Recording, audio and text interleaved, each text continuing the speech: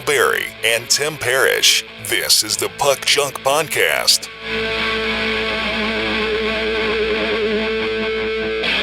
Hello and welcome to the Puck Junk Hockey Podcast. I'm Sal Berry and with me is Tim Parish. And today we are going to talk about a surprise upset in the second round of the NHL playoffs.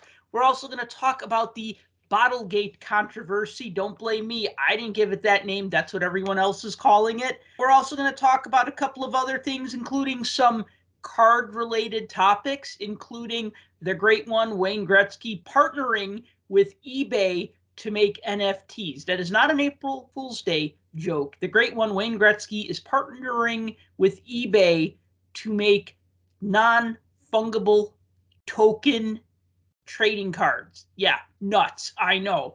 Tim, it's a mad, mad world that we all live in. How you been? I'll let you know when I figure that out. Can you give a longer answer so I can have a sip of my beverage? Yes. Do you want an honest response to that, or do you want the answer that you actually expected? Oh, I always want an honest answer. It's like when people say, how you doing? And you go, my back hurts a little and I'm tired and I didn't get enough sleep. I don't really care about that. I'll go with this. I'm just trying to get on with life. How are you? I'm burnt out from teaching. This is the first time I've been back on campus 4 days a week. And the difference between now and, 2.5 years ago is now I live cross town. So I know, boo-hoo, because there are people who work 40, 50 hours a week, and here's this teacher complaining about going to his classes. But you know what? Everything is relative. I went from a 15-minute commute to doing all my teaching at home to an hour to hour and a half commute. So I'm a little burnt out. The commute is killer. Commute's always killer for most people. It's usually not the job. It's getting there and getting home. Yeah. Fortunately, I've worked at the same place for, yikes, I don't even know how long, and we've moved offices 4 times, but it's all been within the same kind of town area. So it takes me about 30, 40 minutes to get to work and about 45 to get home. Getting home always takes longer. Yeah, it's because everybody's trying to get home. Right, yeah. So, the cat's out of the bag? Or shall I say the cats are out of the playoffs? Florida Panthers, wow. Okay, so first of all, I said that they were going to win in 7. You said the Lightning were going to win in 7. Well, you were closer because the Lightning only needed 4 games. I am surprised, but then again, maybe I shouldn't be surprised. But I am surprised that the Panthers did really bad against the Lightning. I'm not surprised about how well the Lightning did because we know, being the best team in the NHL during the regular season clearly does not guarantee success in the postseason, whether you want to call it the President's Trophy curse or not. I think it's that the teams put all their time and energy and effort into trying to win the President's Trophy, and then they got nothing left in the tank for the playoffs. It just seemed like not only did they have nothing left in the tank, they just couldn't solve Lightning goaltender Andrei Vasilevsky. I mean, we talked about this before. It's go full bore during the season and win as much as you can and be the best team in the world, or get to where you need to be and then coast to the end and get everybody the rest they need to go into the playoffs, because everybody knows it's a grind. And any team that's been there and has experienced it, they know it's a grind. And so you have, the back-to-back Stanley Cup champions coming in there, and that's exactly what they did. They could have barnstormed through the league, but they had some guys get some injuries, and I felt like towards the end of the season they just kind of drifted, and as long as they were in the playoffs, they were fine. They didn't care what seed they were. They would play anybody because they knew they could match up well. But, you got the President's Trophy, and I do call it a curse, because how many President's Trophy winners do we have that have cups? 8 total ever. Now, I don't know if I would count the Blackhawks from 2013, and I'm going to tell you why. That was a shortened season. It was only 48 games, if I remember correctly, in the regular season. So, by the time they got to the playoffs, they were just warming up. You know what I mean? They weren't burnt out. They were they were just really hitting their stride by then. He still awarded the trophy though, so That's true. I mean, it counts from a statistics standpoint. It counts. You know what I'm saying? I'm not calling this a full out Madden curse or anything, but regular season champion means nothing in the playoffs because the playoffs are a whole new season. And here you have this high scoring offense that Florida was. You know, they averaged what was I reading, like 4.1 goals a game or something like that during the regular season. Mm-hmm. And the Lightning just shut them down.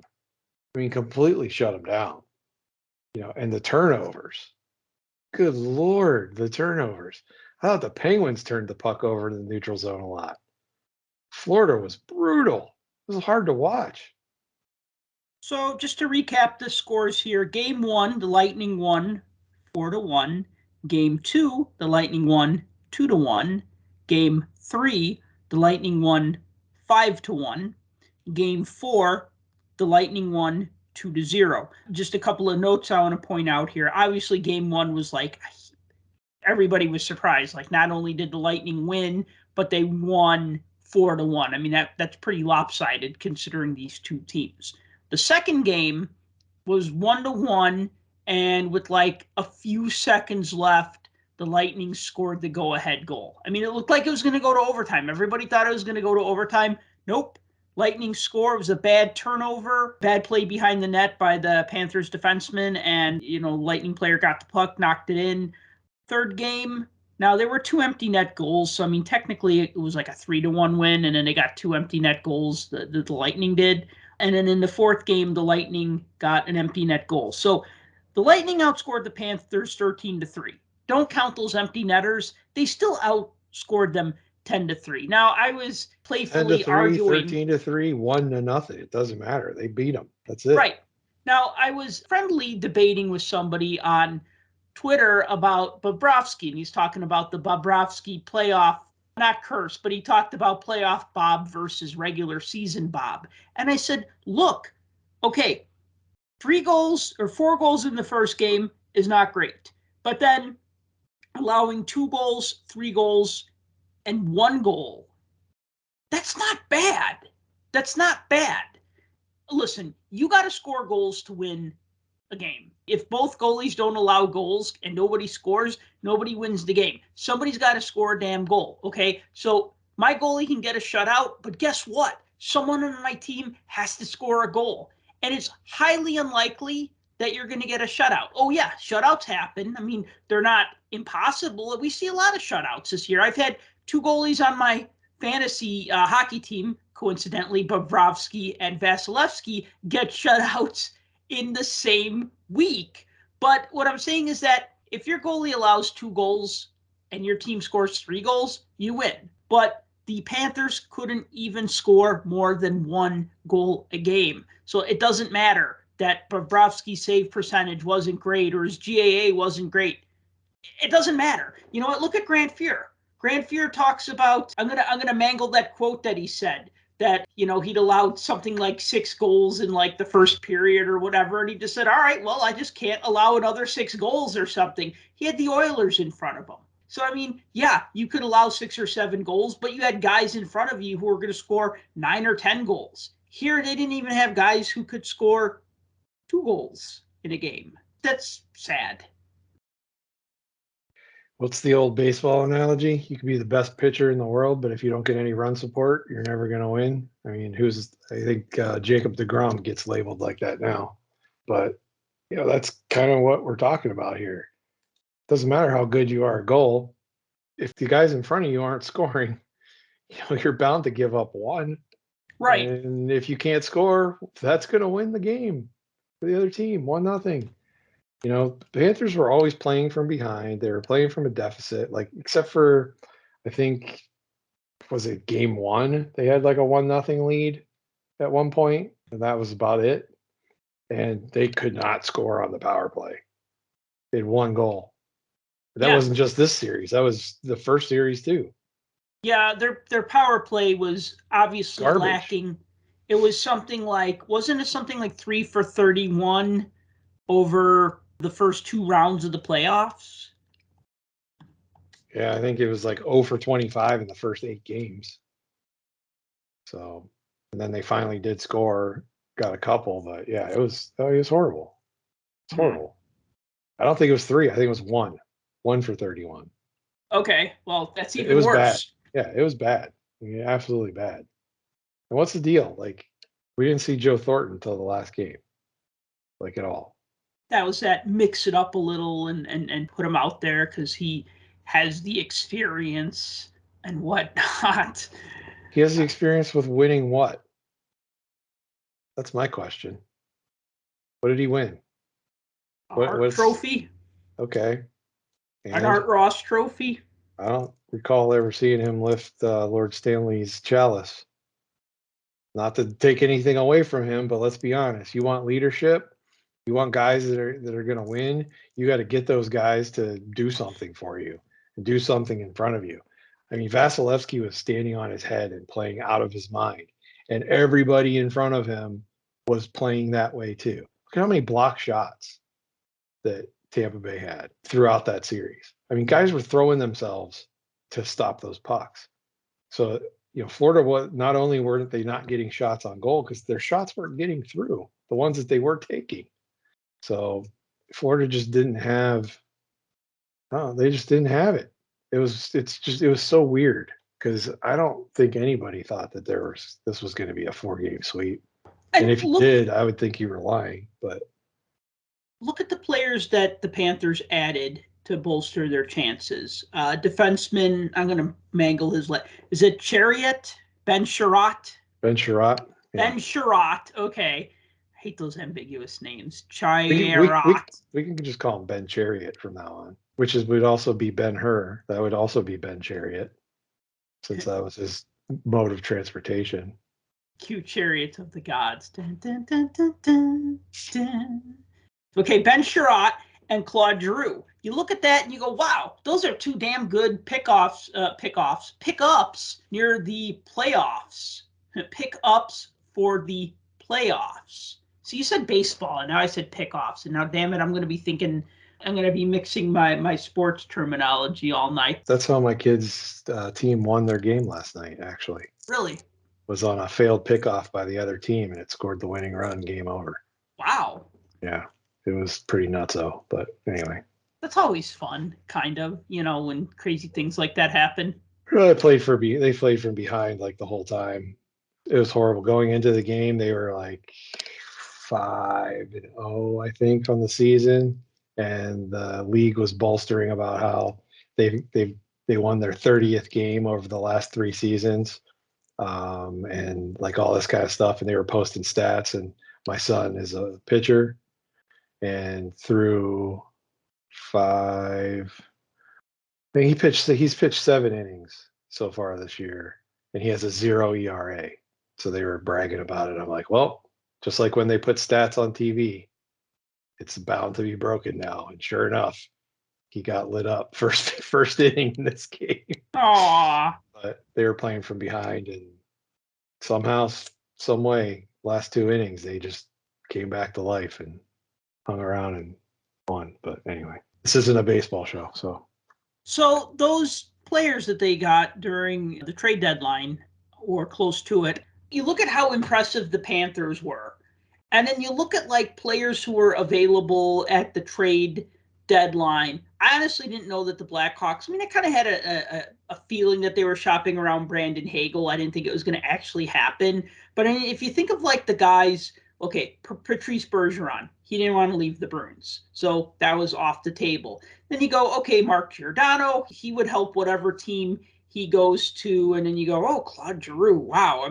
That's almost like the sweepstakes. You know what I mean? Like, what team is going to land Claude Giroux to help their playoff chances? Because, he's a great player. And so I just thought, wow, this is really throwing gasoline on a fire that's already at like full tilt. But apparently not. I just, again, go back to the lack of guys winning in the end.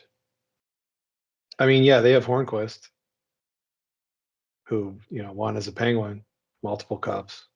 But what else you got? Yeah, you can bring on guys that were great players or were star players or even superstar players, captains of their former teams, that kind of thing. But like I said, yeah, Joe Thornton's got leadership, veteran leadership. He's been to a final. He hasn't captained a team to the final. Claude Giroux, been to a final. Never raised the cup. I think that goes a long way. And, you can discount that. People discount it all the time saying that, that's not that important. I think it's very important because I think that veteran leadership and that experience and playoff experience and all of that kind of stuff plays a big role. And I think the Lightning have built a team around that type of thing for the last few seasons. And that's why it shows.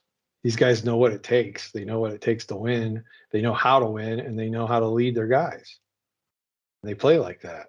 I don't know that Florida has that kind of setup. Yeah, in the regular season, were they good? They were outstanding. Tons of firepower. Guys were scoring all over the place. They were suspect, obviously. Well, and now they're golfing. One thing that I think it was Anson Carter said this during a TNT broadcast, and if it wasn't Anson Carter, it was somebody, maybe it was Tocchet, I don't remember. But the thing is that, yes, the Panthers had 29 come from behind wins, but when you play a lot of your games against teams like Nashville and the Coyotes and the Kraken, I mean, I know they're in different conferences, but still, when you got weaker teams to beat up on, you have more impressive stats. And then when you're in the playoffs, every team is, technically, I mean, it's the upper half of the league. And then when you get to that second round, it's going to get that much harder. I mean, it was the same thing. Like, I think back to 2016 when us in Chicago, we were expecting that the Blackhawks were going to repeat as Stanley Cup champions. They had Artemi Panarin, who ended up winning Rookie of the Year that year. Patrick Kane won the scoring title. And the Blackhawks lost in round one against the Predators. And in one of the post-game interviews after they got beat, Patrick Kane said, I mean, he just kind of matter-of-factly said, well, we did have a lot of overtime wins. We did have a lot of shootout wins, and you don't have those sorts of things in the playoffs, right? Like, yeah, you can say, oh, we had 40 wins in the regular season or whatever, or 50 or whatever. But when 10 of them or 12 of them are shootout wins, those can kind of go either way sometimes, as we all know. And what year was that? 2016. Who ended up winning the cup that year? I forget. Was it the Sharks? Sharks eat Penguins? Yeah, maybe in your NHL 94 game. No, NHL 94, the Penguins are one of the best teams. The Sharks are pretty bad. I would imagine. There's only so many goals Neil Wilkinson can score. That's a bummer because I've always wanted to see the Blackhawks and the Penguins play in the modern era, like modern, not 1992, but 2012 or 2018, or, with Kane and Taves and Malkin and Crosby. You know what I mean? And that just never got to happen. I mean, it should have happened in 2010, but we got the Flyers, yay. 2015, we got the Lightning, who are not the Lightning of today. I mean, now this is 2015 when they still weren't ready for prime time. And you see that a lot. Teams that have all the right parts, but those parts aren't quite where they need to be. And, a couple years later, the players mature and then they become an unstoppable force. And yeah, I've kind of changed subjects 3 times in that last thought, but you get my idea. That's fine. You're talking about Vasilevsky, and he was lights out in this series. 151 out of 154 on shots. I mean, again, I already brought up the fact that the Lightning were throwing bodies in front of pucks, so there's that too. But still, he made timely saves when he needed to make them, and that gives your team all the momentum and all the boosted will to win. When your goaltender's doing that kind of stuff. I mean, we see it all the time. If one guy is willing to go out there and just take over a game like that, people play in front of him. And it'll be interesting to see who they're going to face next and how that matchup's going to go. Because if I'll be honest, the two teams left in the East, I don't see beating the Lightning, especially with how the series is going. These two are beating the crap out of each other, both of them, the Rangers and the Hurricanes. They're killing Well, each other. So I whoever said comes out of this is going to be half dead by the time they have to face the Lightning. last week, I said whoever wins between the Lightning and the Panthers is going to win the cup. Like if it was the Panthers, because they scored a hell of a lot of goals, they're just going to trounce who's ever comes after them. Obviously, they didn't score many goals in this. It's going to be the Lightning. Now I want to see them three-peat. You know what I mean? I want to see them three-peat. Would I like to see the Hurricanes win? Sure. I like the Hurricanes. I like a lot of the players on the Hurricanes. But I think it'd be more exciting to see the Lightning three-peat. That's a more interesting story. It's definitely a more interesting story, but what I, and this is my own selfish need, is to not have them win because I really don't want to start hearing all the dynasty talk. I mean, we heard the dynasty talk with the Blackhawks. We heard the dynasty talk with the Penguins. No, I don't think there's any dynasties anymore. And yeah, you can win back to back, or maybe you can win 3 in a row. Fine. I don't call these dynasties. There isn't that kind of thing anymore. 5 cups in 7 years, like the Oilers, that's a dynasty. 4 cups in a row, like the Islanders had, that's a dynasty. I don't necessarily want to tag them as that kind of thing. And I don't want to have to hear just people talk about it for the rest of the year until next year and then talk about it some more. That just bothers me. Well, But wait a minute. That's my own selfish thing about, because I don't want to hear that word. You think the Lightning fan talking about being a dynasty would be worse than Rangers fans if they won the cup? Well, I mean, they could have a good regular season, and to them, it's a dynasty. So, I mean, that's just how they are. But it doesn't matter whether they win or lose. It's the refs' faults, because that's all I hear. So before we move on, do you think Joe Thornton's going to retire at the end of the season? Honestly, I thought he already retired at this point. I mean, he's been nowhere to be found, right? Yeah, he didn't play much. No. So it's like, I get it. Old legs. This is a young horse's race, and he's not a young horse. Right.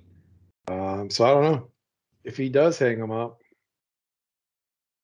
What were you saying earlier? He's the last of the rookies from the 1990s that's left in the league, or yeah, he and I said it would close out the 90s if he and Chara retire. I remember this would have been probably about 10 years. No, let's see. Chelios retired in 2010, same year as the Blackhawks won. And I remember somebody saying to me, Sal, when are you going to grow up? And I said, when my hero retires, my childhood hero, Chris Chelios. And you know what? He's still playing, right?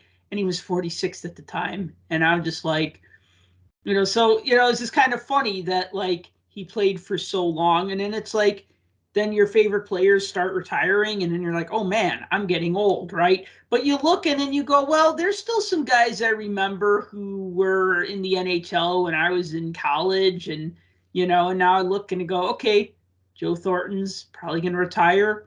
Chara's probably going to retire, though I don't really remember Chara so much until a little later in his career, because Thornton was a big deal. He was the first overall pick, and he actually didn't win Rookie of the Year. He had a very slow start to his career, but obviously he became a better player later.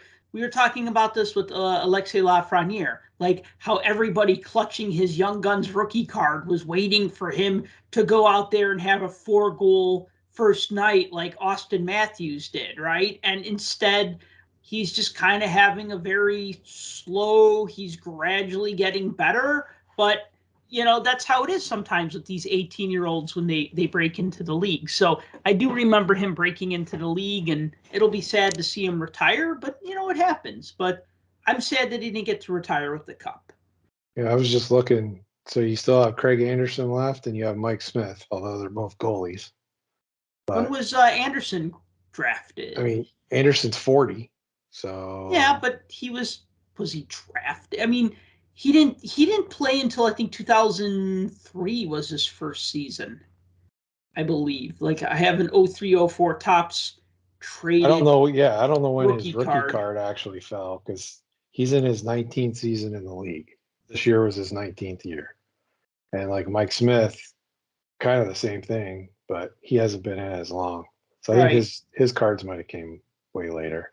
He's only been in the league 16 years. So yeah, Thornton, Chara, that's it, really. Yeah, because Marlowe already retired. So Arlo's already gone. Yeah, I think Andy Green would be the next one, but he's 38. He's a young guy compared to that. So let's talk about what happened in the St. Louis Blues Colorado Avalanche series. So I know you haven't been as looped in on the playoffs. I've been trying to watch as many games as I can. Sometimes I had other responsibilities like you, different responsibilities. Not like you have kids. That's a responsibility I don't have. But You want one? I can sell you one. just borrow them for like a day. Go to the mall, go to the movies, and then and then I'll bring them back at 7. I'll sell you the blockchain if you want. The blockchain. So Nazem Kadri, who is not popular in St. Louis because last year during the playoffs, he hit Justin Falk in the head. Kadri got an 8-game I remember that one. suspension. Hey, real quick, before we get into what's going on now, do you think 8 games was excessive? 8 games is like 16 regular season games. Do you think that was worth 16 regular season games? I mean, that's getting into some Rafi Torres level suspensions here. That You're not talking about a guy that's nose is clean and is innocent, though. This is a guy is a repeat offender. Yes, he is. When it comes to stuff like that. So yes, he is. At what point do you draw the line and the 1 game becomes 2 games and the 2 games becomes 4 and the 4 becomes 8? But 8 playoff games. Yeah, well, definitely sends a message. I mean, I don't know what to say other than that. It's definitely a message sending thing. It's like, look, we've had enough. Here, go sit. Right. Yeah, you're sitting. It sucks. But guess what? You're hurting your team. Okay. But yeah, I mean, that has nothing to do with what recently happened, but it's just background. So let's talk about that. So Nazem Kadri is battling for the puck with Blues defenseman Cal Rosen. And they're both going full speed. Kadri's trying to gain control of the puck. And, he's battling with Cal Rosen. And they collide with Jordan Binnington, the Blues goaltender Jordan Binnington. Now, Ville Husso, he was the starter. Then he kind of faltered. Then it became Binnington took over as starter. And now Binnington was hurt, had to leave the game. Turns out that he's out for the rest of the playoffs, or at the very least, the rest of this round. I'm hearing 2 different things. It might be the rest of the playoffs. It's definitely the rest of this round. So during the post-game interview with TNT, Kadri's talking with Bissonnette and Liam and Tocchet and Carter, post-game interview. And Kadri looks off camera. And it's funny because they're like, talk to us about that play. And they're showing Kadri, and then like split screen, they're showing the play. And he looks off to the side. And so I thought he was looking at a monitor to like describe the play where he collided with Binnington. So I'm thinking, okay, so he's looking over at a TV screen to recount what happens. Because sometimes they'll do that. They'll show a play or a clip and they'll go, oh yeah, right here, this is where this happened. Yeah, well, that illustrate it. Right. Well, without the telestrator, but they show them it and it kind of jogs their memory a bit.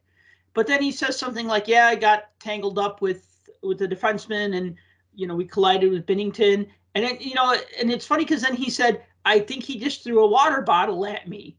And Bissonnette's like, really? And they're all like, really? He's like, yeah, I think he just threw it right now. I'm not sure it was him, but sorry that he got injured and stuff like that. I'm paraphrasing, right? He wasn't like, haha, the jerk got injured. He's like, hey, I'm sorry, got injured. We were battling for the puck. We got tangled up. We crashed into him.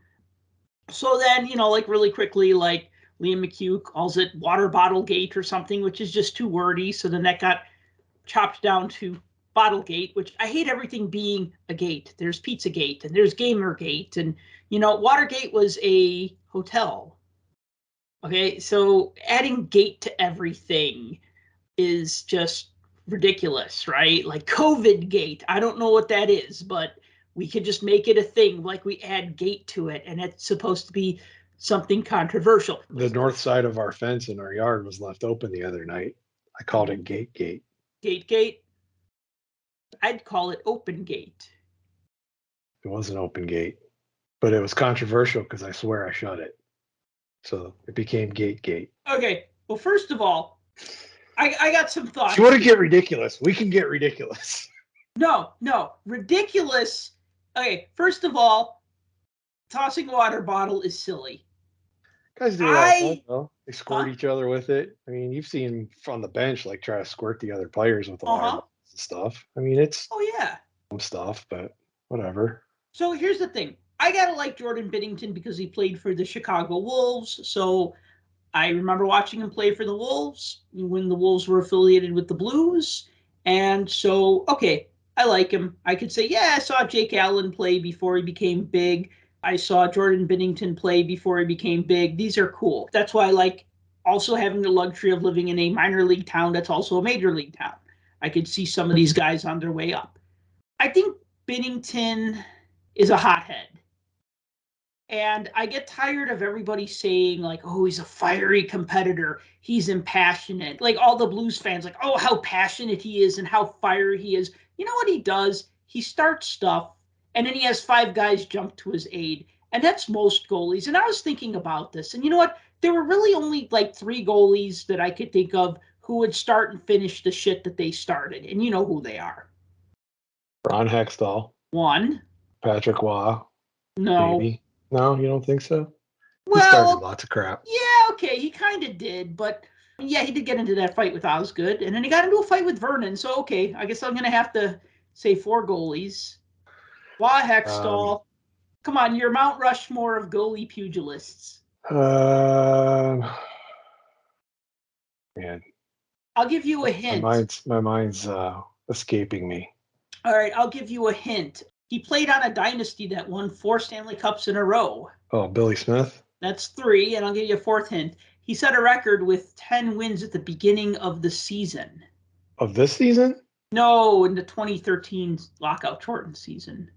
Oh, I don't know. The late, great Ray Emery. Ray Emery.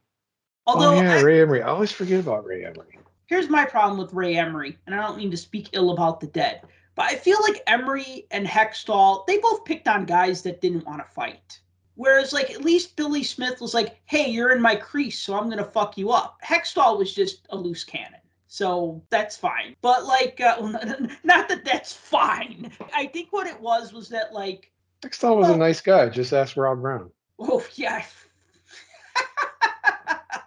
Dude, that's like one of those clips I have embedded in my mind where, like, Rob Brown scores that playoff goal and he's celebrating, and then he like looks over his shoulder, sees Ron Hextall coming after him, and just takes off skating as fast as he can. Yeah, he's like, I got to get out of here because I'm about ready to get it. Anyway, my point being is that I get tired of like these goalies will start something and then they have 5 guys basically beating up the one guy that they started stuff with. And another example that comes to mind recently is Mike Smith, where Milan Lucic collided with Smith. Now, Smith is a diver. I'm sorry, but he is. He you does and I that both a lot. know goalies do that. All the goalies do that. They barely get tapped and they flop to the ice like, you know, they just got a guillotine just swiped at them. Remember a couple years ago, Mike Smith fought Cam Talbot. Remember that? I don't. The Flames and the Oilers were playing each other, and the big brawl happened down at the, I guess it would have been the opposite side at the Flames goal. I do remember that. Yeah, and then I think Mike Smith skated out because he was on the Oilers. Yeah, so he skates out to the center ice, and he's just standing there waiting, and then the two of them collided at the center. It was kind of lame. It was over quick. So it was cool that it was center ice, though. That's what I thought was cool, because it's like, come on, we're coming in the middle of the ring right here. So anyway, so Kadri had a goal and an assist in Game 3. Yeah, I was going to say, what were we talking about again? Yeah, so Nazem Kadri had a goal and an assist in that game where Binnington left injured and the Avs won. Okay, so then what happens after that? He talks to the media. Binnington allegedly throws a water bottle at him. One journalist tweets out a picture of the bottle. A couple of other journalists confirmed that, yeah, it was Binnington. All right, that's cute and all. I think he should have gone full WWE. I think he should have come flying out at him while Kadri was on camera with a steel chair, like full WWE style, right? And then Liam could have been like, my God, Talk, why? Why is this happening, right? He could do a JR. Oh, God! And no, I'm not condoning hitting people with steel chairs. In fact, I always thought wrestling kind of sucked. I guess I just wasn't in on the joke. Like, I knew it was fake, but I thought it was dumb. It's not fake. It's scripted. Okay, that's fine. Scripted outcomes. They're athletes. They're doing the stuff. No, I get it. Just they know what they're doing. That's all. Yeah, no, I know. I guess I don't expect, like, brilliant storytelling, but it's just like, I'd watch 5 minutes of Monday Night Raw with my roommates in college, and I would already predict the fights. I'd be like, okay, here's what's going to happen. First, this guy's going to come out and he's going to kick this guy's ass. Then this guy's going to come out and kick that guy's ass. And then The Rock's going to come out and kick his ass. And then it just literally went out in that order that I predicted from, like, watching the first 5 minutes of the show, because it was just like, it was a little obvious, a little on the nose, as they say. Because the zeitgeist of the wrestling fan has expectations of the ebbs and flows of the program. That's how things are supposed to go. Dude, it's all just revenge fantasy. That's all it is. Guy does something to piss off the other guy. First guy guy gets his revenge then, right? Guy makes fun of the audience. Other wrestler comes out and kicks that guy's ass and gets revenge for the audience, right? And it's just I watched wrestling when I was a kid for many, many years, and then I didn't watch it for a while. And then in its heyday, when I was in college, we all watched it because it was like a ritualistic thing everybody would watch. Both programs, WCW and WWF at the time, came to campus where I went to school, and they taped shows from there. So we would go, and we had tickets to Raw, we had tickets to Nitro. We went and saw the shows live, and I mean, it was crazy. It was crazy. But then I stopped watching at some point in the early 2000s, and I didn't watch again until probably 4 or 5 years ago. I watched a little bit here and there, but I'll tell you what, AEW kind of rekindled my interest in wrestling. Now we've become a wrestling show and we're talking about wrestling, but still. I listened to a hockey podcast and a wrestling podcast broke out, as they say, right? Yeah, so if anybody's going to complain about that, just remember Upper Deck, your hockey making card company, makes AEW cards. So there you go. There's your tie-in. Okay. So anyway, Kadri, after colliding with Binnington's out for the season. He got a lot of threats on social media, and so then the Avalanche contacted St. Louis law enforcement, and they put extra police in front of the hotel that the Avalanche were staying at. I'm kind of going back and forth if I want to read some of these. I read them now for the first time. I mean, listen, I don't downplay any of this, like, oh, he got mean tweets. No, so just to set the stage really quick, Kadri is Muslim. He's born in Canada, London, Ontario, but he is of Lebanese descent, right? And his name is Nazem Kadri, right? Not Mike Smith. The point being is when you stick out a little or stick out a lot, you're going to get a lot of shit thrown your way. I mean, if you want to read something really heartbreaking, check out Black Ice, the Val James story by Valmore James, who played for the Sabres and the Maple Leafs in the 80s. He is the first African-American to play in the NHL. Willie O'Ree was African? Well, no, as opposed to African-Canadian. Oh, okay. So if you want to talk about Willie O'Ree and Mike Marsden, they're African-Canadian. I thought you meant African, like as in from Africa, like from there. No, but James was from Florida, and he got a lot of shit thrown his way by fans. You had people attacking the boss when he played on the Sabres, and he was like, they attacked the boss, and Scotty Bowman was like, stay in the, don't go out, you're not, don't confront them, like, but I mean, that's some scary shit if you think about it. If like a bunch of fans start attacking the team bus, right? So, I mean, I'm going to look, let's see, I'm looking at some of these here. I'm going to find out your every move, watch your back for Binnington. Okay, that one's not bad. How about this one? Fuck you, you dirty piece of shit, coming at our goalie because you can't fucking score on him. I hope you spill rubbing alcohol in your eyes and go blind, then walk off a cliff, you dumb piece of shit. You should never come to America, you fucking immigrant. Okay, well, first of all, that's wrong on a lot of levels, but also Kadri's not an Dang. immigrant. He's born in Canada. And I guess he Dang. came to America on a work permit because he plays for the Colorado Avalanche, right? Dang, you read that without me hitting the bleep button. Oh, it gets better. That whole thing needs to be beep. David Perron is your daddy, you Muslim son of a bitch. Lick the bottom side of my nut sack. Okay. Okay. I get the picture. No. Okay, the rest of this is, there's no vulgarity in the rest of this. You should be praising Allah or bombing buildings or chopping people's heads off like the Muslim you are, you son of a bitch. Oh, You my are God. ISIS. Yeah. Now, I'm going to tell you guys something. My first name is Salim, which is a Muslim word for peace.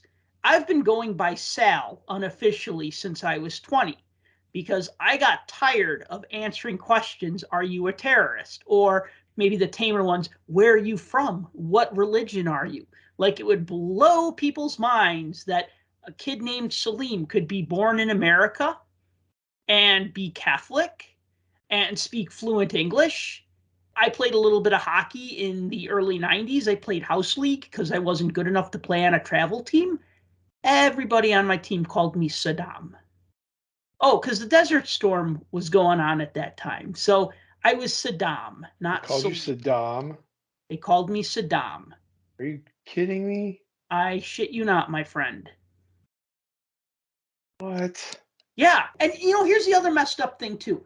At that point in my life, I was living in the suburbs, so I was getting racist shit from people in the suburbs because the suburbs being the suburbs in the 90s was a lot wider than it is now. But I was actually playing hockey in the city. And I remember doing hockey lessons and it being a pretty diverse group of kids in the lessons where there were some Latino kids. And I remember I had a classmate who was black. And it was a pretty good Chicago mix of kids, right? Like different ethnicities. But yeah, when I played house league hockey for a year, I got a lot of shit from my own teammates. And then the next season, they mixed up the teams a little bit. And so most of the assholes were on different teams. And then I didn't have to, at least if they were playing against me and they were mean to me on the ice, at least I could go back to the bench and not have to put up with them. But yeah, you get the idea. I mean, here's one more I'm going to read. It's 3 words. Fucking towel head.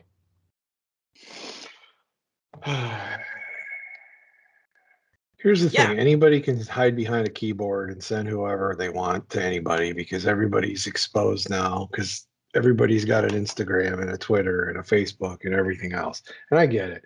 But why would you spend the time of day to actually do that? Like, really, why would you? Like, what's the point?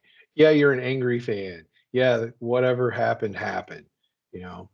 Kadri fell into Binnington. Kadri deliberately went into Binnington. Whatever your stance is on anything, what's the point of wasting your time and saying stupid stuff like that?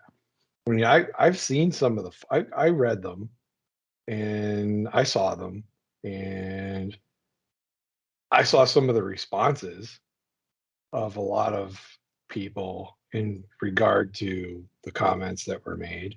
In fact, some of those guys, I mean, they made no bones about hiding any of their identity. They threw it out there, their names, their handles, everything. People found out who these dudes were. I've seen lots of posts of people saying, hey, so and so got suspended. One guy was like a hockey player in some league, got suspended for conduct on becoming a player, and another guy is under investigation by his company he works for or something and stuff. So it's like, why risk it? Because as we all know, it doesn't matter what you say on social media. It could be for 3 seconds and you delete it, or it could have been 10 years ago. People are going to find it and they're going to exploit it at some point. So if you say something that ends up ticking somebody off enough, it's going to come back to bite you in the butt. I mean, the bigger point is, why would you even think these things? I mean, it's stupid. I mean, you say all this stuff. Oh, you stupid immigrant, blah, blah. He's from Canada. Is that really being an immigrant? I mean, come on. You know, I mean, it's no different than anything else. Look at the, don't the Blues, I think the Blues have 7 players that are American. The rest of them are from other countries. So come on. Really? I know it's not a representation of the fan base, but not at all. But the thing is that the wider you are, the less ire you draw. You know, they're not gonna go after a Canadian fan or Canadian player and be like, you effing Canadian.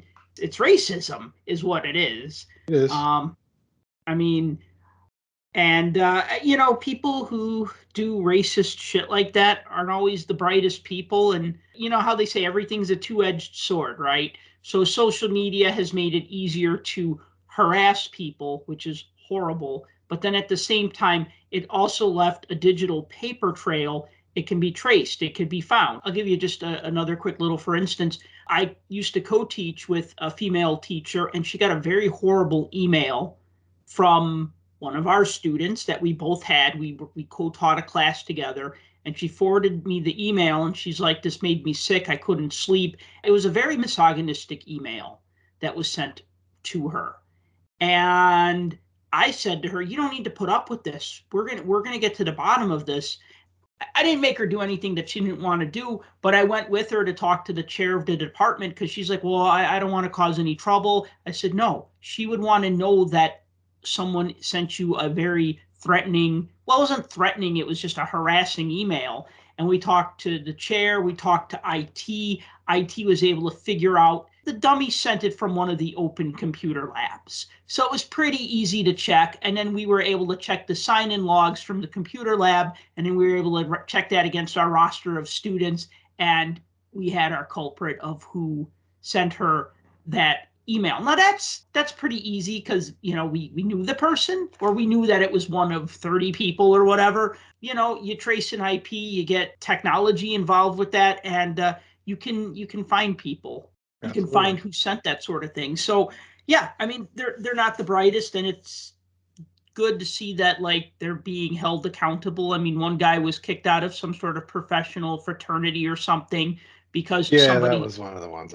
Somebody saw that and said, hey, this doesn't represent who we are as a fraternity, and this guy's got our logo all over his page, like he's a proud frat brother of our school, and we don't want anything to do with that. I mean, I'm just going to say this. It's going to come as a shock to everybody listening. I'm a white guy, but I always feel like when in cases like this, you know, I can speak out and say that I don't agree with it, and I don't have share the same viewpoints, and I don't, you know, I can say anything I want, but I'm a white guy. So what can I say? Because I don't have any like background in it. Like that kind of stuff doesn't happen to me. I'm just being honest. No. And everything you talked about earlier, you know, about your experiences growing up and everything else, like I can empathize with that. I can't relate to it because it didn't happen to me. And I feel like I didn't surround myself with things like that throughout my life necessarily. Yet it continues to go on all around you. So I don't know. Am I looking at things with blinders on? Am I choosing to ignore it? Am I a coward for not getting involved and speaking up?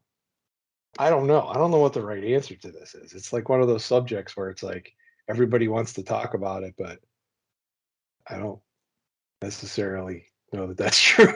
Well, but I think you said a very important thing. You said I can emphasize, and I think that's the thing, is that empathize. There's a lot of people emphasize my empathy. Yes, emphasize your empathy. Right, exactly. There are people who lack empathy, and they're just like, oh, whatever, you're stupid, this is stupid, whatever. And then there are people who say, you know what, this doesn't relate to me, but it hurts someone else, and that makes me angry.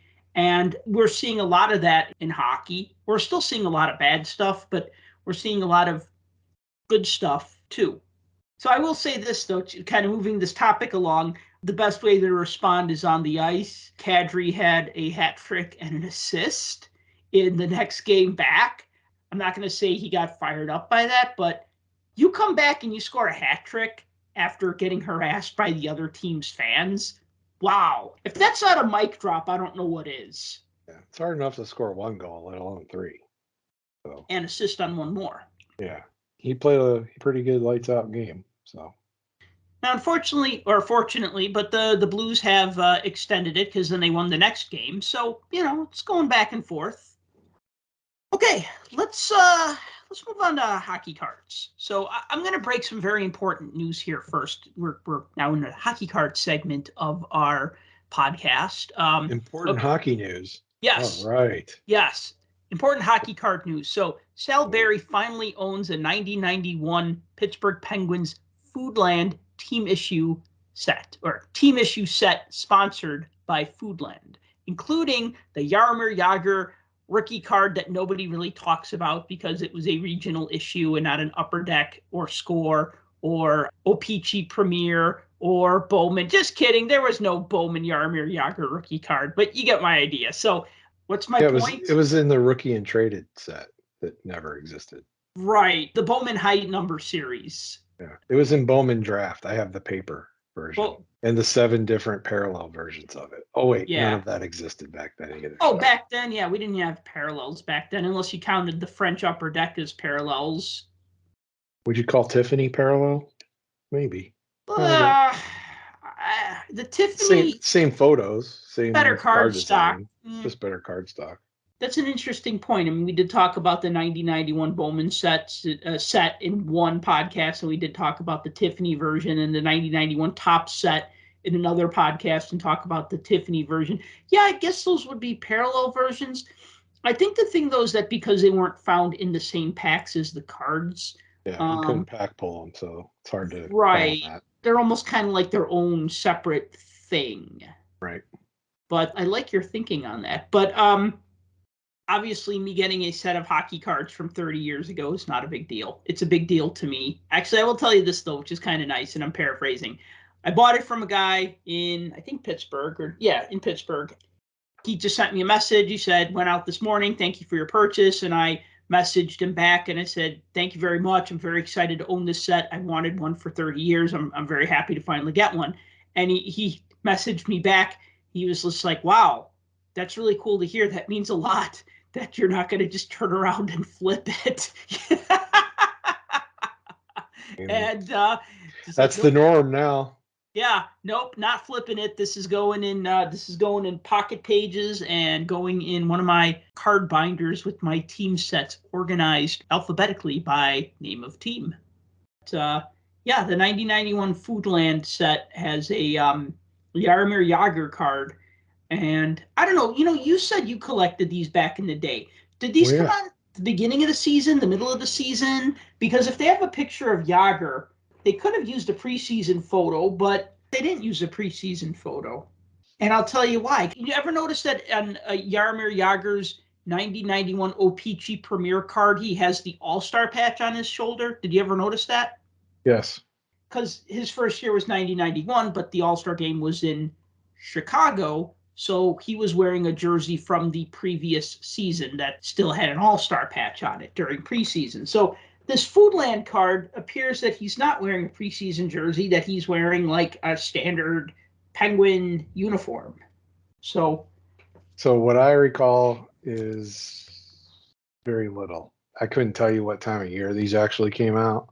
The only thing I remember is getting them from Cops. Mm-hmm. Foodland sponsored set through the police departments, which is why every single card has their safety tip on the back. Mm-hmm. And it's about various things about do this, do that, just say no to drugs, that kind of stuff. Well, it doesn't say that, but that came later. What was the one on the back of the Jagr card? Wasn't it something about... I'll post a scan of this. So there's 2 things here. There's one puck. Let's see what a puck is. And it's a guy looking up in the English dictionary. And it says, hockey is an international sport. The National Hockey League has players from all over the world, including the U.S. and Canada, Russia, Czechoslovakia, Finland, Sweden, and Asia. Read the other panel. Yep, I'm getting Talk there. about a segue. When foreign players join the NHL, they try to learn English to help them understand their teammates. And then the other one has a cartoon, two cartoon guys. One is black, one is white. And the white guy is shaking the hand of the black guy, and he's saying, "Hi, welcome to the neighborhood." And then underneath it, it says stereotyping. Everyone is different. Look beyond color and age and look for something we all have in common, being a person. See, like I said, talk about a segue there. I couldn't remember if that was on his card or if that was on another one, because it just dawned on me that was on another one. I'm glad it was that one, because that worked out perfectly for what we were talking about. So anyway, I own this set of cards that I've wanted for 30-ish years. So yeah. Yeah, I'm still missing 3. So that's the fun thing, though, about trading cards. Like, when new stuff gets too expensive, I pivot to older stuff, and I find something that I want. So, I'm still missing 3 from that set. You should have talked to more police. Yeah, I don't recall ever seeing anyone with the Bob Johnson coach card, the head coach. Okay. Because they made Badger Bob into a card. Mm-hmm. And I'm missing the Phil Bork one. Mm-hmm. And I believe I'm missing the John Cullen one. Mm-hmm. Those are the 3 that I'm still missing. Yeah, well, my set's complete, so I will cherish these cards that you don't have.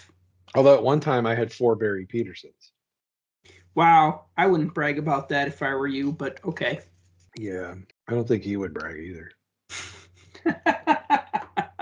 All right, so Parkhurst came out on EPAC and in stores. 2021 Upper Deck Parkhurst. We got some mistaken identities in that set. You want to talk about that? Yeah. So Parkhurst, those of you that collect Parkhurst, and I think a lot of our listeners probably do at some point or another, because Parkhurst is one of those sets that is very affordable in most cases and more or less easy to find, especially with retail. And of course, if you're on EPAC, it makes things much easier to collect. But Parkhurst came out. It's available on EPAC. There's all sorts of levels of tiers for redemptions when you collect certain amounts of everything. But I think the big takeaway here from that coming out was the fact that you had the first checklisted, if that's a word, and we'll make it a word, Kraken card of a player in a Kraken jersey as part of the numbered checklist of a major release. And essentially you've got no other than some special releases we've had, like National Hockey Card Day.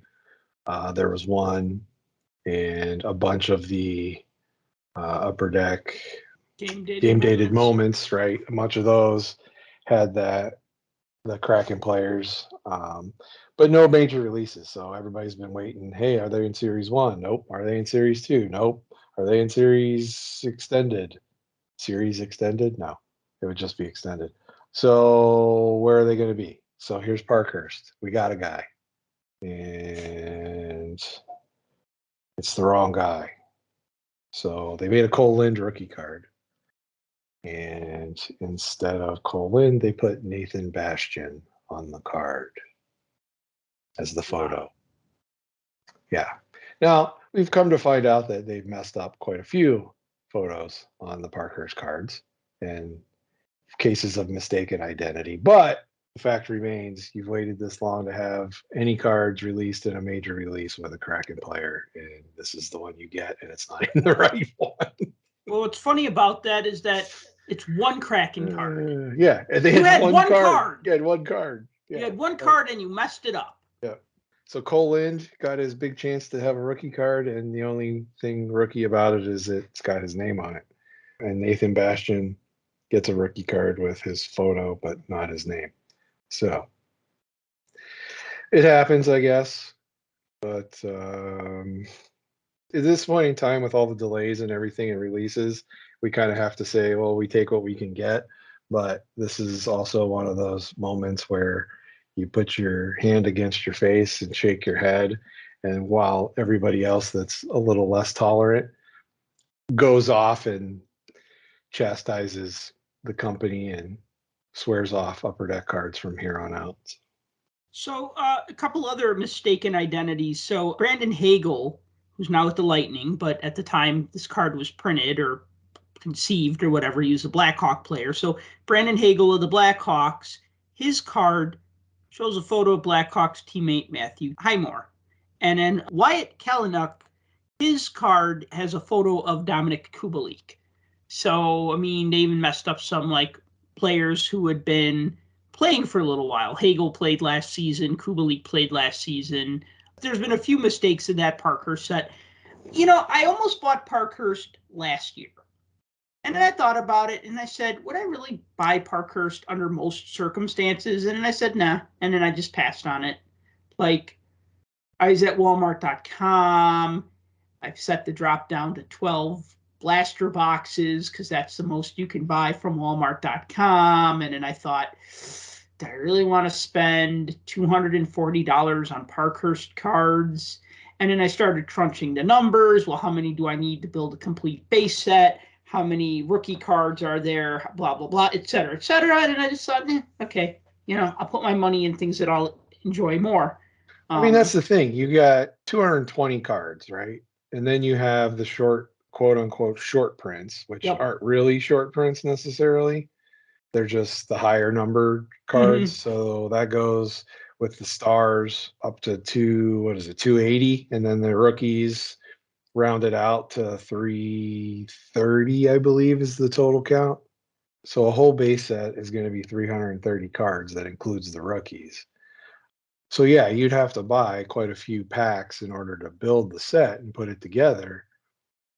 But again, I go back to what I always tell people on Parkhurst. It's not necessarily a product that's really geared towards anything other than like entry level type collecting. Or if you're inclined to do so, it's an e-pack product. It really is designed to be an e-pack product and has been for the last few years simply because of the combination program where you can take so many of a certain base card and combine it to the next tier level color, so on and so forth, kind of like they do with the flagship. And then there's all sorts of rewards available. So you have like the Emerald Ice cards that are pretty rare that you can redeem. You've got star cards again, where if you open packs, randomly you'll get a card that has a star on it instead of a player. By a star, I mean an actual star, like the shape of a star, instead of a player. And it's a star card. So they have like 1 star, 2 star, 3 star.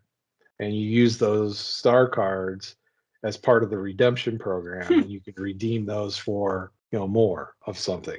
So you're like Super Mario collecting stars. I mean, kind of, if you want to look at it that way. But I mean, the more you get of the different things, the bigger and better quality combinations you can get. Because I mean, some of those combos, you get to a certain point, I think it's the Emerald Ice autos or something like that. There's only 10.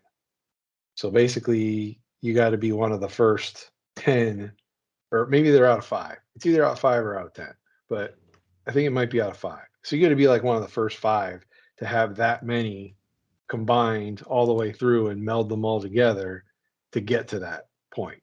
So there is a challenge involved to it, and there's all sorts of achievements involved to it. But again, you got to be willing to do the digital route and go with e-pack.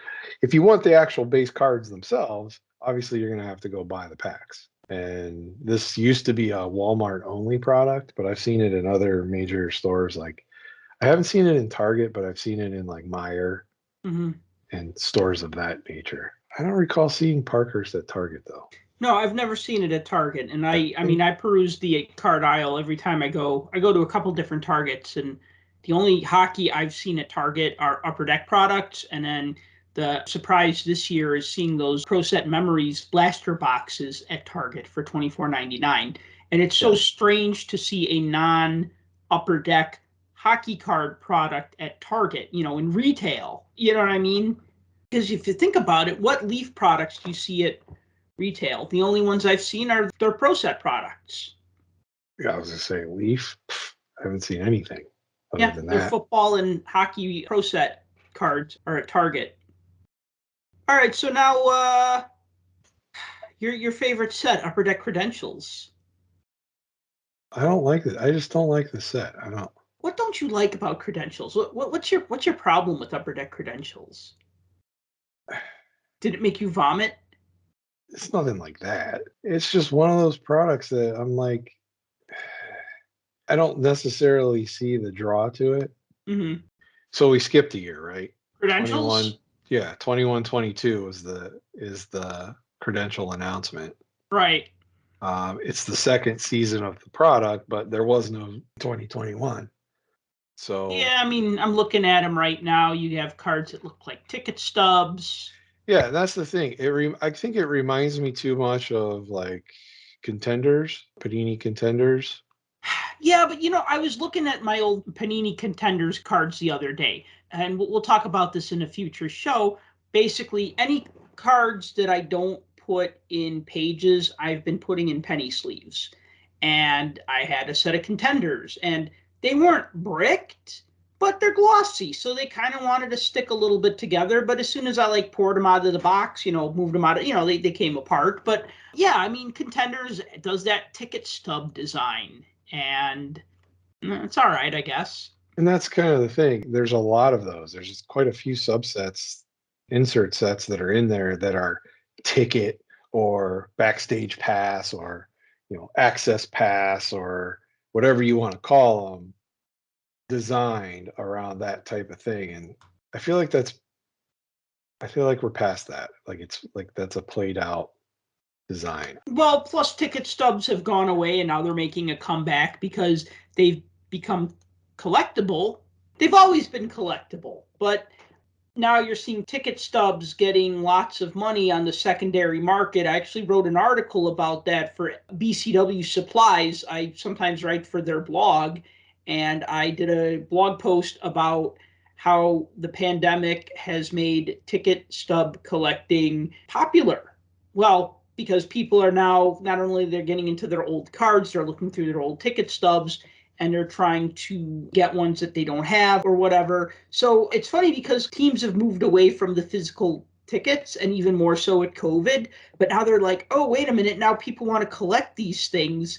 So now they're like, okay, now we need to start doing physical tickets again, right? So it's funny how Comes full circle. Comes full circle, right? Exactly. Thank you. But I do agree it is kind of a played out design motif a little bit. And the other thing I wanted to say, and I think I wanted to say this in the last episode, but I couldn't think of the right words.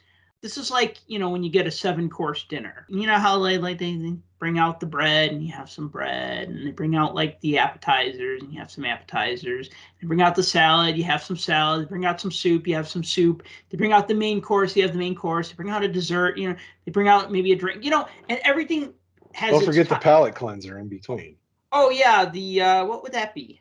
It's usually something sour or bitter because that wipes out any other flavor that you've had, and then they follow it up with whatever's next. So yeah, the point I'm getting to is that if we go out to dinner and they forget to bring our salads and soups out, and then they bring out the steaks, and I'll be like, wait, you didn't bring my salad. Oh, I'm sorry. Do you want the salad? No, you know what? Just screw the salad. Just bring the steak. Oh no. Send the steak back, bring out the bread basket. You know what I mean? So I feel like at that point we got to start canceling some of these courses in our meal, in our 7-course meal, because it's like, look, dudes, it's almost June. Get us Upper Deck Series 2. Quit all this other distraction nonsense that we don't care about. Okay, some people care about Parkhurst because some people want to overspend. I'm sorry, but you want to know what? What do they call them? Those bounty programs? Really, it's just whoever spends the most money win. If you buy a case of cards and I buy 5 cases of the same cards, I'm going to get more of those special whatevers, whether they're Orem cards with the little scratch-off codes on the back, or the 1 per box, this, that, or the other thing, and you collect the whole set of them, and then you send it in, and then you get the special Wayne Gretzky autograph, right? That's all it really is. It's just whoever spends more gets that limited to 5 or limited to 10 Parkhurst autograph. And so I got no interest in that. Somebody does, that's fine. You put it out there. But Parkhurst and MVP and credentials and okay, Premier, but then we're still waiting on the cup from last year. I mean, Dude, enough with the soup and the salad. Give us the damn steak already. Okay, look. We would complain if there were no products to buy, and we're going to complain that there's all the products to buy. There's no happy medium in the middle. I think it boils down to we want all the products, but we don't want these products. We want these other ones instead. And yeah, we can't have that. I mean, they slated these for release. The designs were made a long time ago. They were ready to go. It's like the cannon was loaded. It was time to fire. So that's what they did. Here's the other thing I don't like about Prudentials. Look, it's a fine product. I do have some cards from it. They're mostly just Penguin cards. But again, the ticket stub thing, I'm kind of over that. But a hobby box breakdown, right? So you get an autograph or a non-auto acetate card. Mm-hmm. So remember that. An auto or a non-auto acetate card. So you're either going to get an autograph or something that's just see-through. You get 8 insert cards, which are all going to be like the Stars of the Night or Rookie Arrivals or something of that nature. You get 2 of their tech card inserts, and you get like 5 numbered cards. So there's 6 cards in a pack, 8 packs in a box. So okay, it's not one of those 4 cards in a box for $7,000 products. It's also not 36 packs with 10 cards in a pack either. Mm-hmm. So it's kind of something in the middle. I don't know how you would fix this for me to like it. I really don't. I guess this is just not a product for me. Yeah, if I come across like Penguin guys and stuff once this comes out, I'll oblige, I'm sure, for the right price. But for me, it doesn't excite me. But if you're into the various levels and tiers and colors and everything else, by all means, you have plenty of rainbows to chase in this. What if there was an autograph in every box instead of an autograph or a clear cut or clear acetate card or whatever? I mean, if they guaranteed an autograph in every box, I might like it more. I still don't know that I would jump on board with the whole thing. And I'm pretty sure the autographs that are in there are sticker autographs. Mm-hmm. Although the mock-ups that I saw for it, of course, are digital signatures, so you can't really tell. But I'm going to guess they're probably going to be sticker autos because from what I gather, these aren't super glossy and super shiny looking, but I can't see how they would have on-card autos yet of some of the rookies from this year. I guess that's the thing is like, I hate it when like they substitute one or the other, like an autograph or a jersey card. It's like, no, I want the autograph. I'm so sick of jersey cards. Or an autograph or a limited parallel. Well, unless you're one of the big 5, nobody wants your parallel card. Or let me rephrase that. Unless it's a card of one of the big 5, that parallel card is not going to sell for much, right? If it's parallel of Duncan Keith, probably not going to sell for a lot. If it's a parallel of Sidney Crosby, okay, when I say sell for a lot, I mean be considered a hit. If you got a parallel of Sidney Crosby and it was numbered 2 out of 5, you'd probably think, okay, cool, this is a Crosby card that's numbered to 5 copies, right? And you'd be like, okay, that's not a bad card to get. But if it was of another player, probably wouldn't be as excited, right? I get that the autographs were hard for them to get during the pandemic, hard for Upper Deck to get during the pandemic. Then don't put them in the product, lower the price of the product, maybe give it different aspects. Like for me, getting an autograph is not the driving force for me to buy a set unless it's a set that's really about autographs. You know what I mean? Like if it's, what was that Panini set that had all the like 70s and 80s guys? Classic signatures, right? Those look nice, and you got a lot of autographs. You got a few of them in a box, right? 6, if I remember correct. Wow, I mean, okay, so that's kind of like the reason why you buy it, right? Or a main reason, right? That was definitely the draw to me. Right, exactly. That's it, the draw. Whereas, like, I look at like other sets, like, you might get an autograph in O-Pee-Chee, but it's maybe not very likely. It could happen, but it's not why you're trying to buy. It's not why you're buying the set. That's not what draws people to that set. Right. And I fail to find what draws people to credentials. To me, it's not the design, and obviously the odds of pulling an auto. There could be one in every box, sure, but it's one. And based off of whatever they're going to come out with on a checklist once that hits, I imagine there's going to be, not everybody's a winner, right? The draw to this has got to be all of the breakdowns of the colors. Like the debut tickets, for instance, they have the debut ticket access update is what they call it. There's tier 1, tier 2, tier 3, tier 4. They're numbered out of $9.99, $7.99, $5.99, $2.99. Then there's debut ticket access update parallels. So not only do you have those tiers, but you now have yellow, red, orange, blue, pink, green, purple, gold, and black. Ugh. And it's like the same kind of tiering as most of the other products, where like the yellow or like the biggest number, and then it goes down from there, with the black being the 1 of 1s and the golds being out of 5. So that's similar. The purple ones are hobby only product, which by the fact that they're saying that it's a hobby only leads me to believe that somehow, some way, there'll be a credentials retail version. Because why else would you throw out hobby only? Unless, of course, this is also going to make its way to EPAC. Right. Which it possibly could. Now, what about Premier is coming out? Yeah, Upper Deck just announced that they're doing Premier for 21-22. High end. We talked about 2021 Premier coming out not that long ago. So this is a high-end product, a lot of autographs and memorabilia and what they call premium product because it is Premier. So they actually announced it today with some sell sheet pictures. They look interesting as far as the design of the cards. I don't know if you got a chance to see them.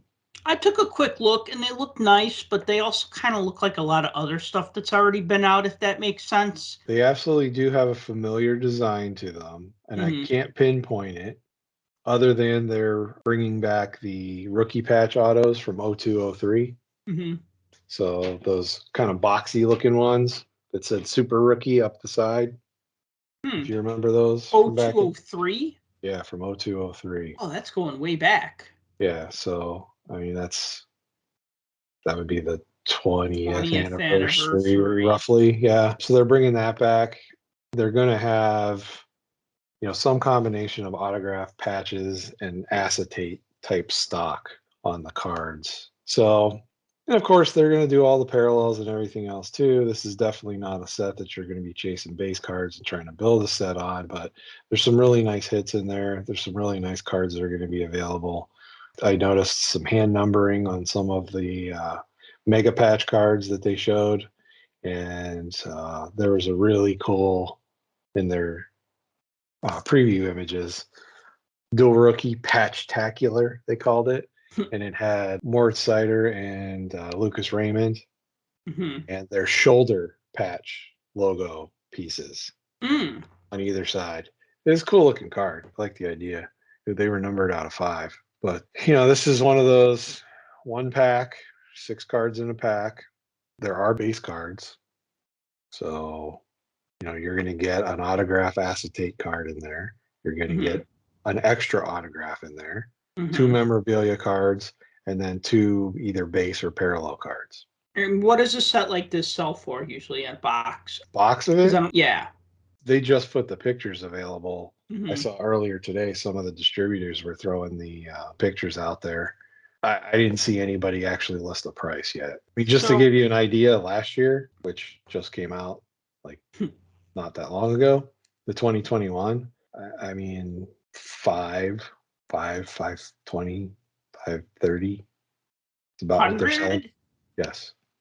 Yes, not $5, 500. No. But that's kind of like what the cup sells for.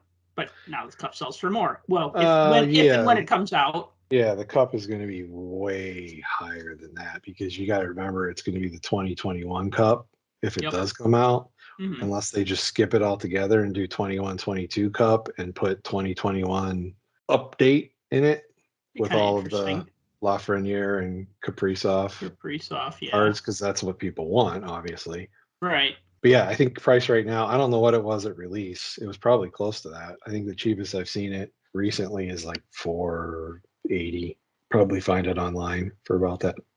So All right. So last thing I want to talk about before we wrap up the show, we don't really talk about NFTs that much because I don't think either of us care that much about NFTs. I Oh. mean, before you jump on that, all right. I do want to say this. Another product that's actually out right now, 2021 Stature came out. It was just released a few days ago. Uh, And it is cracking me up watching all these people that don't ever break hockey buying cases of this and busting it and wondering why there's no Trevor Zegras rookie cards and there's no Cole Caulfield rookie cards. And it's making me laugh. oh, it's last year's. What did Yeah, you say? What set was it? it's Stature. Stature, right. One of my Last year's. favorite design sets from 1920, the Stature set. I love the design. I love the cards. I love the product. Didn't necessarily love the price, but it was really nice. So now we have 2021 Stature that was just released. There's 100 veteran cards and 100 rookie cards. All the rookies are numbered and there's different tiers of them and everything else. And they look cool, but again, this is the rookie class of Lafreniere and Kaprizov. This isn't the guys for this year. And it just makes me laugh to see all the comments of people that have no clue what they're doing. Mm-hmm. It's been cracking me up. The products look great. I think the product looks really nice. I don't necessarily know that I will partake other than maybe some singles later on, but Right. it's just funny. Know the product you're buying before you buy it. Don't just buy because you think it's the next hottest thing and oh, I could flip this and I can do this. I can do that. Because you're not going to find the guys you're looking for. In other words, reading is fundamental. Well, kind of knowing what you're getting into is fundamental. Yeah. So anyway, back to NFTs, my favorite. Yeah, NFTs. So there are going to be some Wayne Gretzky NFTs. So as I said earlier, eBay is going to be putting out a set of NFTs. They're working with a company called One Of. And these NFTs, there's going to be 13 different limited edition NFTs featuring Wayne Gretzky, which will have a 3D animated rendering of Gretzky making one of his signature moves on the ice. So let me see. That would be scoring goals, scoring goals, scoring goals, assisting on goals, Standing behind the net, yeah, cherry picking at the blue line. all of the above, right? So there have been hockey NFTs out. They've been kind of one-offs here and there. This player, that player, Yeah, it's usually some kind of sponsorship with an individual player and a Mhm. company doing it. But the fact that Tyler Seguin comes to mind. the fact that we're combining Wayne Gretzky and eBay, greatest hockey player to ever live, and the biggest online marketplace or at least auction marketplace. I imagine Amazon does more money, but eBay, they're the biggest marketplace for sports cards. Either that's their biggest category or they're the biggest online seller or marketplace of sports trading cards. So, I mean, I believe it. yeah, no, I mean, and eBay they're launching their vault service. I get text messages about that now. I'll have to look more into that later, but where you could buy a card and it's stored at eBay's vault and then you could sell it and then somebody could just decide to keep it at the vault. So it's kind of like what PWCC had, right? Where this card can change ownership but still stay in the same physical place. And you have this thing, but you don't actually have to pay to have it shipped to you. And then the other person doesn't have to pay to have it shipped to them. But anyway, so getting to this, I'm just going to read a little snippet from the company. 13 limited edition digital collectibles in partnership with Web3 platform One Of, each which contains a 3D animated rendering of Gretzky making one of his signature moves on the ice. They're going to have like different price tiers. There's going to be the expensive ones, and then they even talked about having ones that were like $10. So we're seeing NFTs now becoming affordable or a little more affordable, where now instead of it being like this exclusive thing where I have this and I have the only one and I have the blockchain that says that it's mine and then I sell it to you, but it still says that it was originally mine, right? And now it's like, okay, NFTs for all for $10, right? And meanwhile, the Topps digital apps are like, hello, you want to spend money on digital trading cards and spend only $10? Well, have we got a deal for you? Hello, hi, can you hear me? Is this thing on? Hello? Topps has a backup plan. I mean, they make gift cards for Uber, so apparently. So What's up with that? yeah, that was so weird. Anyway. That it has a Topps logo on it. Like that it's not just this. Well, I mean, Topps is owned by Fanatics. I'm surprised it doesn't have a Fanatics logo on it. Maybe it will at some point, but no, I mean, I get what you're saying. It always makes me wonder though, and I'm not the audience for NFTs. I mean, I don't know if you are. More power to you if you are, but I'm pretty vocal and I laugh at the whole idea of this. Maybe because I don't understand it, but I mean, I sort of understand it. And I get the whole blockchain thing and I get owning the source code and all of that kind of stuff. But again, with as much focus as being placed on like crypto and everything else, look at what's happened to that market. Yeah. Over the last 3 months. I mean, there's articles every day about these crypto mining companies just shutting down, selling off all their equipment, just getting out of it. They're done. They can't take the dips anymore and they're out. Okay, let's go over here to these NFTs. And I'm going to collect this thing that it's not a real tangible thing. It's not anything really.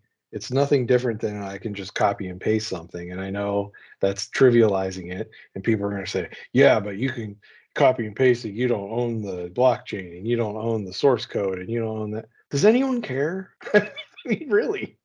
Like if I see a cool picture online and I right click and save as, or if I swipe my phone and do a screenshot of something and I send somebody this funny meme and stuff, I don't own the meme, but I made somebody laugh with it. So that's all that I care about. Like I said, this isn't for me and this isn't my world. You can make it $100 NFT, it could be $1,000, it could be $10, it could be $1.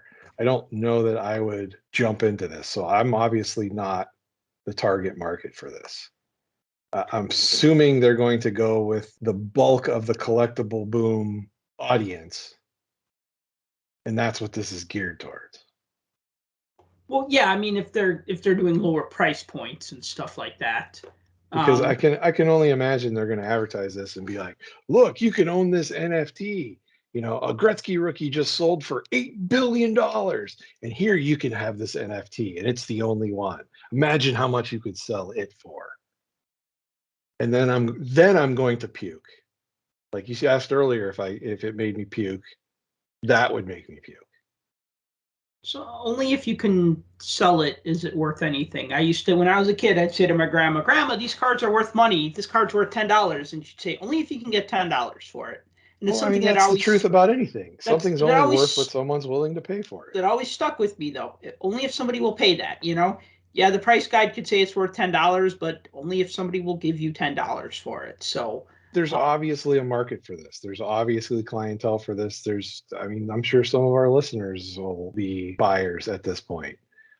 I'm not saying I will be, though, because I won't be, and I'm not going to chastise anybody for doing that. I don't see the long-term reality of that turning into anything other than like, oh, I'm going to get this and I have it and it's cool and that's it. That's fine. But I don't know. You know, how far is this going to go?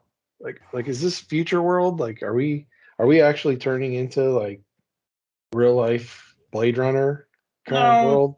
No, I've said it before and I'll say it again. NFTs are the pogs of today. So you think it's that bad that it's spike, hit hard, gone? Yeah, everybody thought pogs was great back in the 90s, and then people realized it was like a trading card but smaller and round, and then they just kind of said, and that was that, right? I mean, how long what? How long do you give it before it disappears or goes away or just nobody talks about it anymore? Oh God, if I knew this sort of thing, I'd be rich if I could predict markets. I mean, usually there seems to be about a 5-year window for these sorts of things with trends. I mean, if you think of like sports cards heating up, say like 89 to 94. It was like a 5-year window. I mean, it varies. I mean, hockey, 1990, the junk wax era boom, right? Like that kind of window. I'll give you like one, for instance. This is probably why I'm not going to buy any NFTs. Well, besides them not appealing to me and me not really wanting to collect them, here's the thing. Because I run the Puck Junk website and I write about hockey cards, I try to get into stuff that I'm not necessarily into. So, I mean, that's why, like, a lot of times I'd see a Panini product back in the day and I'd buy it because I'd be like, well, I don't know if I'm going to like this, but I got the money and I got to buy it. And I want to write about something and I want to kind of get like, you kind of have to experience all of those things, right? Like if you're a food critic, you're going to have to eat something that you don't like once in a while. You might say, you know what, I only like steak, but this place has really good whatever, right? So you try that. I tried that with E-Tops. Remember E-Tops? Absolutely. I wish they'd bring Yes. that back. Let me just explain to the audience real quick what E-Tops was. E-Tops was kind of ahead of its time, actually. They would sell cards for a set amount of time, and then however many sold online were how many that they printed.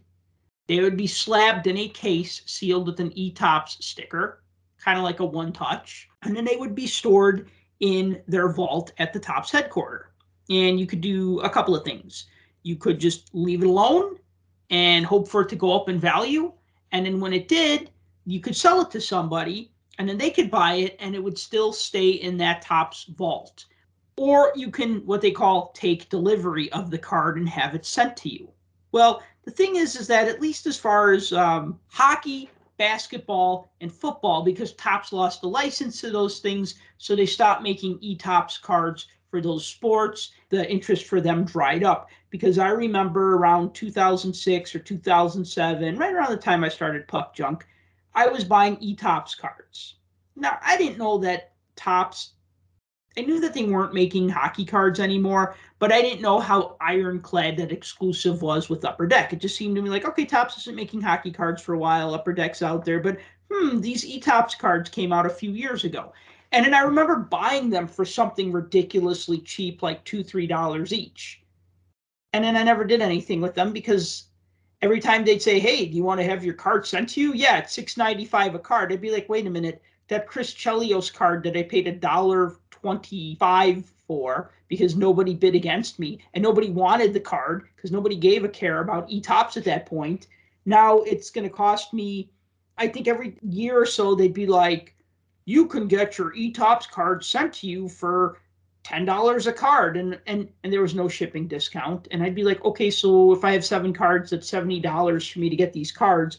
Or they would say $6.95 for the first card, $1 for the additional card. I go, oh, okay, that's better. But then the fine print would say that they were going to remove them out of that E-Tops slab, and I guess maybe just send them in card saver 2s or something, which kind of defeats the purpose of it, because even though it's a special card, it's special because it's in that holder. That's part of what makes it special. Yeah, essentially defeats the purpose of the whole program. It makes it just dumb, really.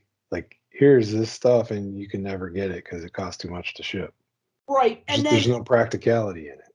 And then I dabbled with Top Skate, and I got sick of that too because in the end It's a little different because it's all digital. There was no chance at even getting a real one. Like with E-Pack and Upper Deck, you can get real stuff. Like with Top Skate is just everything's digital and you can trade and do whatever with.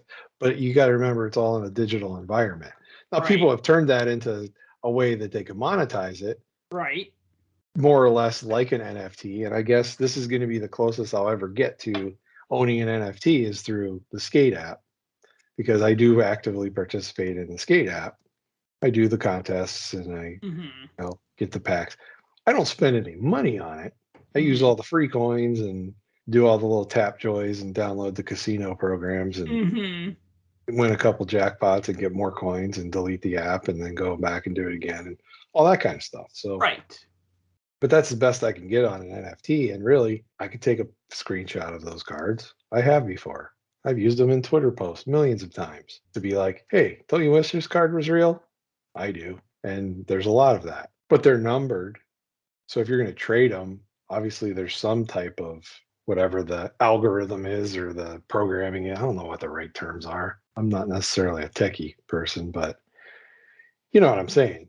So like if this card says there's 150 of them, okay, well, there's 150 codes that link to this card, right? Right. That's really what it boils down to. Now, I'm not going to be the guy that goes online and has an eBay store filled with top skate stuff. I think that's silly, but that's just me. But I liked ETOPS because ETOPS you could get stuff. That's why I kind of like EPAC because you can get stuff. So NFTs you can't get stuff. It's not stuff. It's something that's not tangible. It's not fungible. I don't even know what fungible means. That's not a word that I even knew existed until late 2019. There's a lot of words that didn't exist at one time or another. So flavor crystals is the one that always comes to my mind. Yeah, but the word flavor and the word crystals did exist. I know, but putting them flavor together maybe didn't. Yeah, it's kind of weird, but I still want to know what the hell Retsin is. What? Remember every kind of gum that came out for a while, or a breath mint? It'd be like, now with Retsin. What the heck is Retsin? I think it's a type of flavor crystal. Yeah, exactly. That's exactly what it is. All right. So anything before we wrap this one up? Because we've gotten a little long in the tooth. We're always long in the tooth. Yeah, well, we got to get our podcasts out on a semi-regular schedule. We can't be putting out our 21, 22 episodes in 2023. So why not? They'll expect to hear things about certain players and they won't. They'll be like, that guy's old. Yeah. Why are they talking about him? Yeah. No, I mean, we talked about a lot of interesting things early on in the show, so hopefully we didn't offend too many people.